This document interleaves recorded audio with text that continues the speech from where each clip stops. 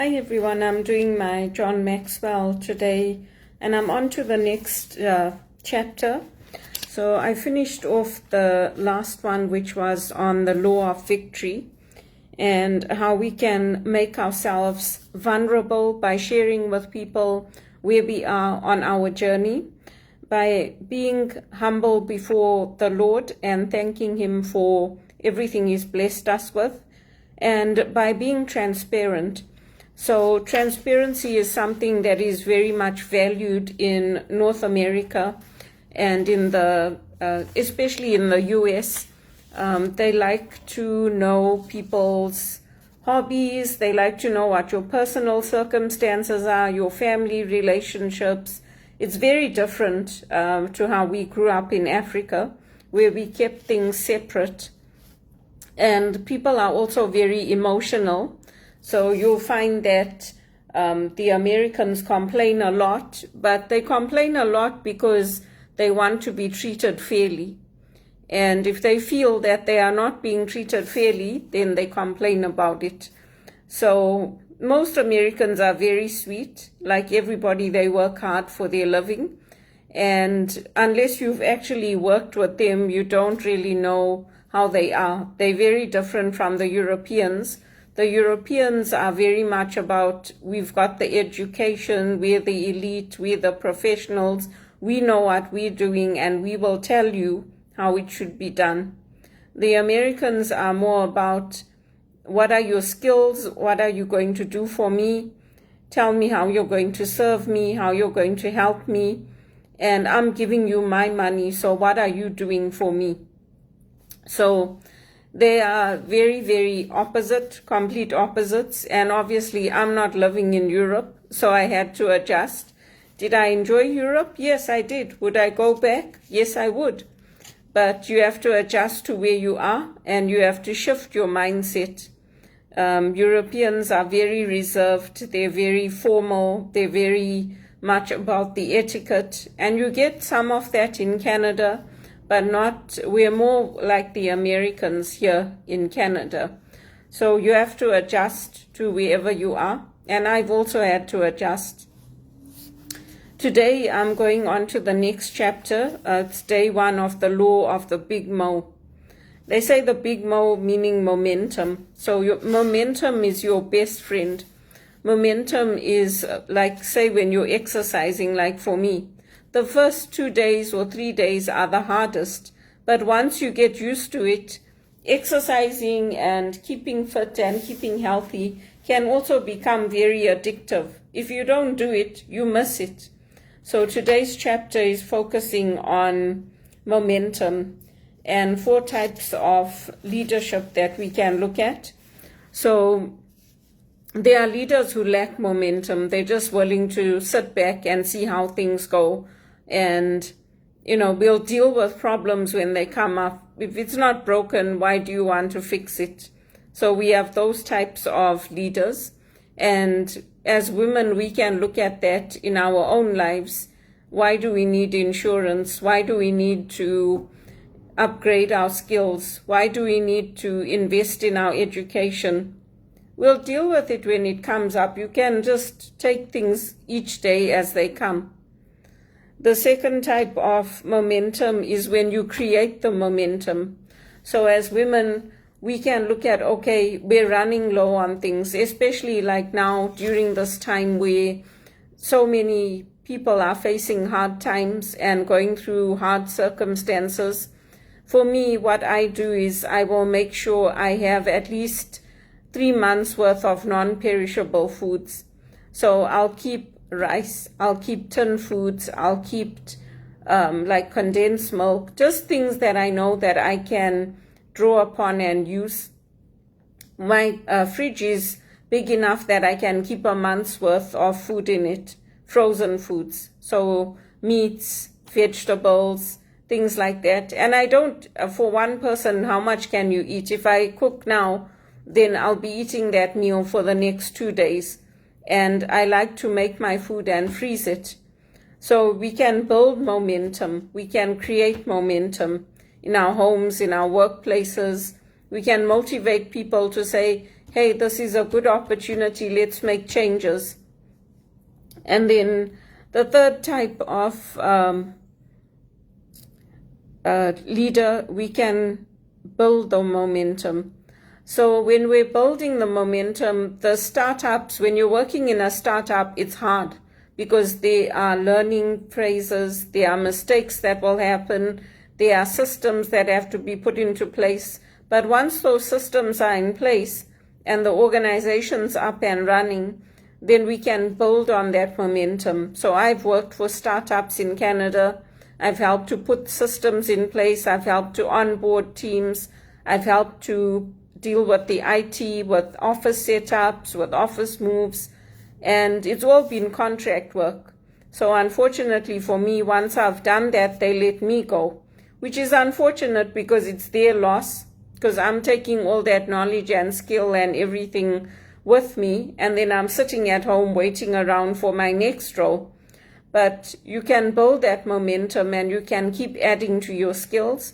Even when you're studying, you can build your momentum of, okay, what skills are you trying to build up that are relevant for today, for the Canadian market or the US market? Because the jobs that we had yesterday may not be there tomorrow. So we always have to adjust and change. And we also have to build our soft skills, our communication, our nonverbal cues of understanding, how we deal with disabled people, how we deal with different situations that come up. We can keep building on that momentum. And then the last one is stop momentum. So every point comes where people retire, where we give up doing certain things, where we accept that, okay, our bodies are slowing down and we have different needs that we also have to deal with. And to be fair to ourselves and to other people, we step back from certain things. I've had two of the executive I worked with at TD retired. So Bharat Masrani took over from Ed Clark, and I was there when that transition happened. And I have met Bharat. I've met him when I was on contract at TD, but I'd met him before that. And when I was on contract at TD, they sent me up to check out the rooms. So I went up and he was coming out from one of his meetings and he was so happy to see me. And he said, I remember you. I said, yeah, it was a long time ago, Mr. Masrani. And he stopped and he talked to me for a while. And then he moved on. I told him I'm here on a contract, but they didn't keep me on that contract. So that's how it goes. I mean, if I had an opportunity to work for TD again, and to go back, of course, I'd love to do that. It would be completely different because all the executive I worked with, they, I think, have now moved on. Riaz Ahmed was the last one, and he's also retired now. So I supported all of them. I used to help. We worked as a team of executive assistants, and I used to go up. His executive assistant and I, Rosalie Josephson, we were very close and we worked very well together. So it was nice. I mean, I enjoyed my time there. But who knows? Let's see where opportunities come up. Since leaving there, I did apply many times, but I was never selected to come back in a permanent capacity. And so, we have to stay open, but we also have to accept that things are changing. I mean, now everything is social media, marketing, understanding your customers, and we have to adapt. Many companies in North America, their head offices are not in Canada, and this was foreseen. Many of the head offices are in the US. So if we want to work at those executive levels, executive assistant roles, we have to be willing to move, which I am. Because I don't want to continue working in minimum wage, taking on small contracts here and there, and never having the opportunity to progress. And this was when I took my HR courses in like 2006, 2007. They already told us this is probably what's going to happen because the head offices, people always go to the US. That's where the financial hubs are. That's where the centers are, the financial centers. So it makes sense that that's where the headquarters will be.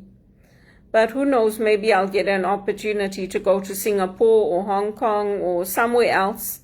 I mean, I'm open to that as well. But things come to an end, so we have to know when to stop the momentum and when to move on. And women now are in good leadership positions all over the world, not just in Canada. We have strong leaders in women in South Africa, in Zimbabwe. Here in Canada, we have strong women leaders. So we have to be prepared to stop momentum when it calls for it, and then to take on new challenges and new opportunities. And when we earn well, then we can provide for others as well. I'm not in a position to provide for others, so my sister sent me food. I was quite shocked, actually, that she sent me that food. When I went down to get it, I was like, who sent me this? Because I already bought my food for the month. But anyway, it was nice of her. And for one person, that whatever she sent me, it lasts a long time. And my mother also sends me food when she goes to the food bank. If they come to see me, then she brings it. But I told her also, I'd rather get the money from you than I can buy my own. And then I can buy what I need. So my goal and my objective is to continue my momentum for my job search, to go online, to keep applying, connect with different recruiters, follow up on my applications, and keep the momentum going until I get that break. And then the question for today is, how is momentum affecting your progress? Because if we don't motivate ourselves and if we don't keep going, nobody's going to do it for us. We have to do it for ourselves. The only difference between winning and losing is momentum. So I know that I will land a job, but it's a matter of when. For me, I would like it sooner rather than later. But I also have to keep my momentum going. And so with anyone who comes to Canada, you can take these 4 points and you can follow them. You can look at your own challenges and your own opportunities, see where you're lacking momentum, where you created momentum, where you built momentum, and where you stopped momentum. And you can apply those. I'm applying it for my job search, but you can apply it to systems you're implementing in the workplace. You can apply it to recruiting. You can apply it to your HR systems. You can take those 4 points and you can use them. So I hope that helps you. And culture is very, very important. The difference between Europe and North America is very important. Like I said, I liked Europe. I enjoyed it. I would love to go back. But unfortunately, it's not happening. So it's been disappointing because I did try and I do continue to try. But it's very hard to get into those kinds of positions. And they seem to like executive assistants with master's degrees and with BComs, and they want a degree as a basic to work as an executive assistant in Europe, unlike here. So let's see. I have to stay open to it and see. You never know where those opportunities can come from, and to keep building my skills.